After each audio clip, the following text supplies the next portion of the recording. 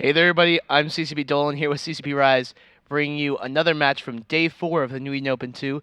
Raging Homo Sapiens in red versus Semicolon drop table users in blue. And once again, this is a loser bracket match, so only one team is going to make it out alive. One team going to go home today.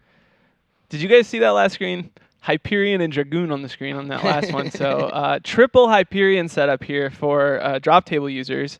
And Raging Homo Sapiens bringing kind of another cruiser-based, kind of in-your-face drone setup. What guns are on those Hyperions? What blasters, obviously. Well, What do you mean? you don't know that. Could be rails. Could be rails. So I hope it's rails against the double Vexor Navy issue, double Vexor Ishkur. Looks like blasters to me. I don't have all the new models like perfect, but it looks like blasters to me. So the Hyperion actually got some nice buffs related to the tournament in the Battleship rebalance that we did a little while back. It now has an extra utility high, and the damage bonus is a little better. And if I remember correctly, these work in a setup that used to be called the Enchantress. The Hyperions can support each other with rep drones and have quite a bit of utility and damage output. You know what's really rough against 3 Hyperions? Tracking disruptors on all of them. See the Hyperions charging across the field like past matches. The cruisers are going to be kiting them. The Vexor Navy issue's scrammed here. Actually, they need to get a web on him. This is really bad news for Homo Sapiens because their setup, at least in the past, is it wants to brawl. They're not a kiting setup. This is a in-your-face drone setup. Really you can bad see them charging in here. It's really bad. The tracking disruptors help a lot, like you said. Yeah. But you can see Vexor Navy issue number 1 in bad shape already. You can see tracking computers running on the Hyperion, so that mitigates some of the tracking disruptors. So if this is a brawling setup, which it is for sure. This is going to be close range drones. It'll be ogres and Valkyries. I completely and misread this then at the start. I thought this was really bad news for Semicolon drop table users. But if they just have to come in and brawl, then this is actually anybody's game now. It really matters a lot whether or not this Vexor Navy issue can tank. You can see the Oneros is actually scrammed. Yep. So depending on how many of the Hyperions are free, they may try and switch over to the Oneros because that provides so much HP over the course of the match. The support fight is looks like actually all of the Raging Homo Sapien damage is going to the support for Semicolon drop table users. They're smart bombing. I wish you guys could see what CCP Posy was doing in the background. He was literally dancing like this. No, he was doing the smart bomb effect. Yeah, I know. It means something, but I was just enjoying how it looked. Yeah, okay. Sorry for the interruption. More support dying for Semicolon drop table users. Vexor Navy issue for them is getting very low, though. Still tanking barely. Yeah, they need to. So the thing is, if they have the damage to break these Vexor Navy issues, I don't think they can catch the Oneros anymore. I think the Oneros has free reign for the rest of the match.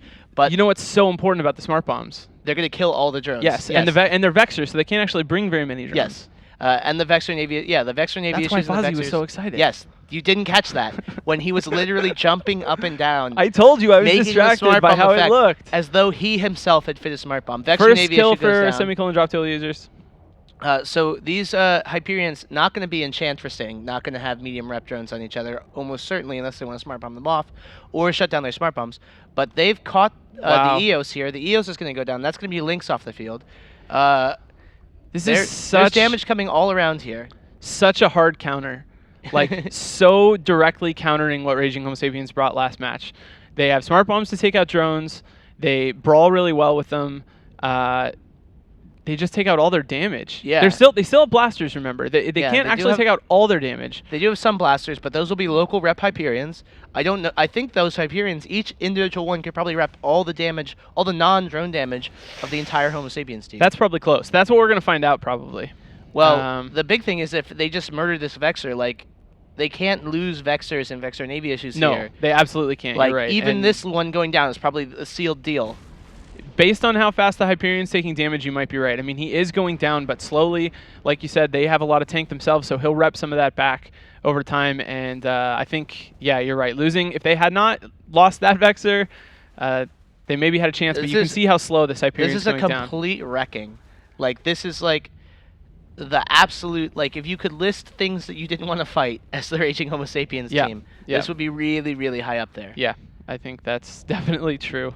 Vexor Navy issue number 2 going down right now for Raging Homo Sapiens. Wow, okay.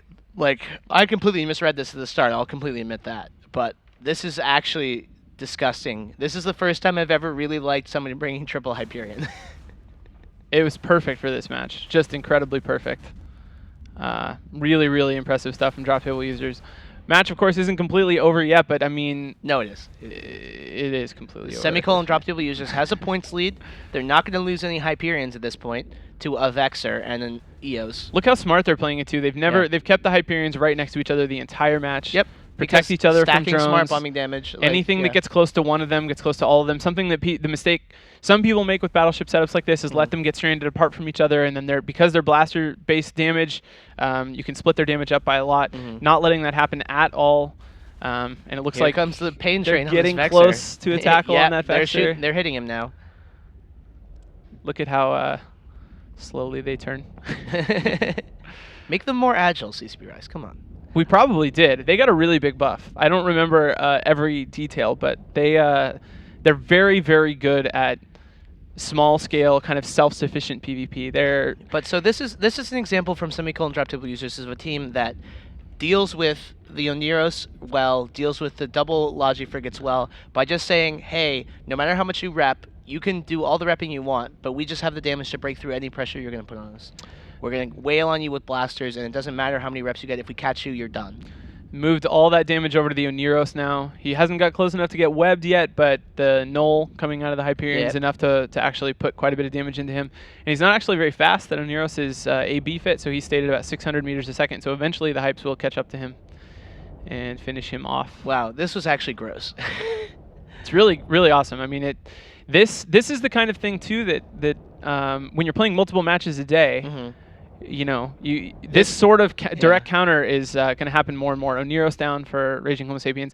It's interesting, too. I really like the Stratios ban. It kind of says, we want to take the strongest version of your setup out, but, you know, expecting them to just fill in and do something very similar and just having the perfect response for it. It seems like a team doing the very similar thing over and over and over again just hasn't worked back since, like, Hun in Alliance Tournament 10. Like, yeah, I mean, we saw a lot of Sentry setups during the Alliance tournament that there were lots of variations of, little tweaks here and there. But yeah, this particular setup, I think the big key thing that makes this so counterable, the type of setup that Raging Homo Sapiens have been bringing, is the fact that they're so dependent on drones and they're so limited on drone bay. Yep. And but to be fair, this tournament has been probably the most limited use of smart bombs we've ever seen in any tournament, pretty much ever. Neutralizers are really important, and there's not a lot of extra battleships laying around that can bring smart bombs in. You knocked out a bunch of utility highs, my friend. So we have 3 minutes left. They're just in the process of running down what they can. Yeah, they'll probably catch up to that EOS eventually, but not too worried about it. They're ahead on points, and there's just no way that they can lose anything at this point. Yep. So Captain Sparrow is so confident, not even repping the damage he has on himself, using all his cap for his micro warp drive. I wonder if this match will make people scared to bring Vexer base stuff. I mean, you can't get bigger drone bay on the Tech 1 cruisers. Like, you know, but you can move more of your damage into your turrets with something like Thoraxes. You can also move into something slightly more expensive like Ishtars or Gilas and get a big drone bay. And the thing about this triple Hyperion team is, like, even the Sentry drop teams, like Ishtars or something like that, you get your first drop, you can't do your first drop anymore. You can't drop at start because some Hyperions just motor into you, wipe all those.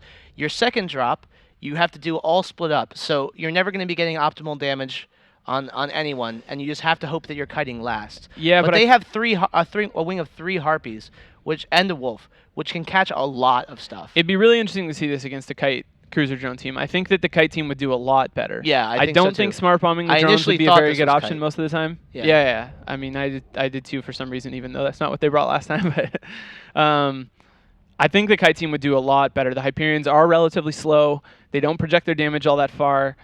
They would be depending a lot on those Harpies to get targets for them, and they'd have to just tank. They'd have to just be able to absorb all the sentry damage because clearing the drones off would just not be an option. So, on the scale of battleships, where do you think the Hyperion falls in terms of looks? At the bottom. The bottom? Yeah. It looks to me like one of those, like when you're a kid, like when I was a kid, there was these foam swords that had like paddles on the side, and you tried to hit the other kid's paddle down to see if you win. What? It was like a very specific 90s game that was like advertised on Nickelodeon. They look to me like those swords, and it just kind of irritates me. So, I don't know. I guess you like them probably. I think that probably the Typhoon. I think the Typhoon is probably bottom. No, Typhoon's fantastic. It's a flying burrito. It's a flying trash can. It's great. Match winding down. 56 seconds left. They have caught up to this EOS, and they'll probably finish him off Lethal annihilation about to be lethally annihilated. Remember, this is teams exiting the tournament. Yep, that's going to be it for Raging Homo Sapiens. They're done. You actually picked to win here. Yeah. How do you feel about that now? Well, they're not my Nully after all. Should have brought more broadswords. The secret to winning any tournament is actually bringing broadswords. But it is too bad. They played really well, and of course the Stratio setup in their last match was one of the coolest setups we've seen so far. I think that was really, really fun. I wouldn't be surprised at all if other teams adopt that. You know what's a really cool setup? Triple Hyperion. Apparently it's okay sometimes at least. So 10 seconds left in the match. Do you think they would have won with the Stratioses? No. Well, possibly. The big difference with the Stratios is that they have a huge drone bay. They have like 500 drone bay available, so they might have done a lot better, actually. That'll do it for this one. We're going to take a short break, and we'll be right back. Good game to Semicolon drop table users.